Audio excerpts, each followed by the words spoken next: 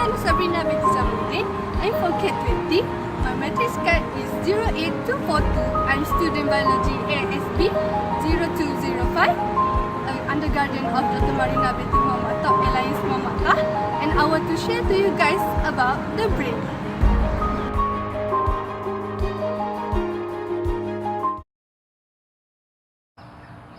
Essentially, the central nervous system carries out the function of integrating incoming data.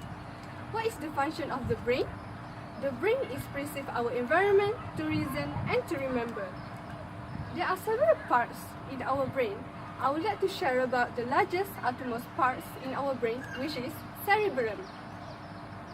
The function of cerebrums is the sensory inputs and carry out integration before commanding voluntary motor response.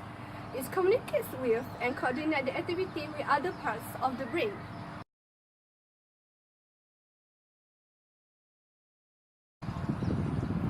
Cerebrum is divided into two halves called cerebral hemisphere. A deep groove called the longitudinal fissures divide the cerebrum into left and right hemisphere. Each hemisphere receives information from and controls the opposite side of the body.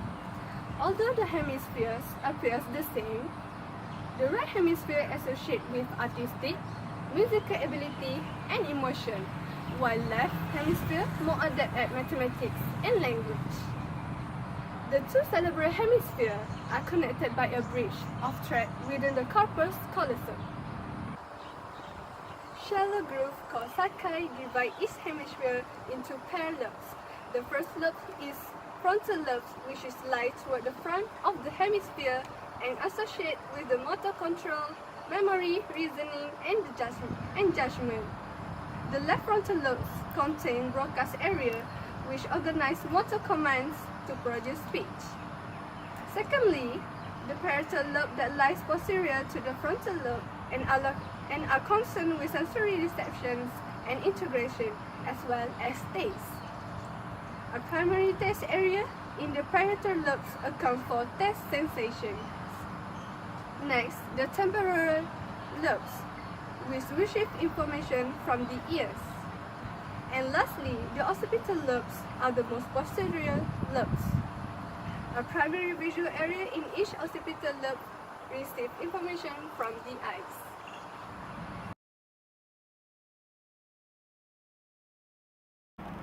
The next part of the brain is the cerebral cortex. It contains 10 billion of neurons and the region of the brain that accounts for the sensation, voluntary movement, and all the process required for learning, memory, and speech. There are several health problems that connected to the brain occurs if we are not take care of our body's health.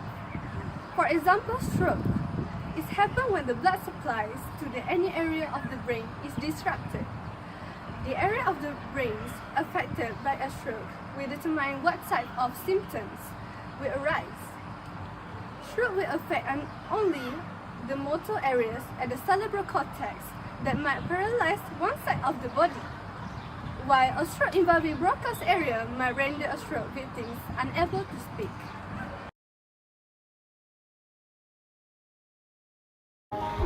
Next is basal nuclei. Basal nuclei or basal ganglia integrate motor commands, ensuring that proper muscle groups are activated or inhibited. Parkinson's disease is a brain disorder characterized by tremors, speech difficulties, and difficulty standing and walking, result from a loss of the cell in basal nuclei. In conclusion, there are many parts of our brains that play an important role for us to do daily activity and keep active. Thus, it is important to take care of our health to ensure our brain to stay healthy. Thank you for watching. I hope you enjoy. Bye!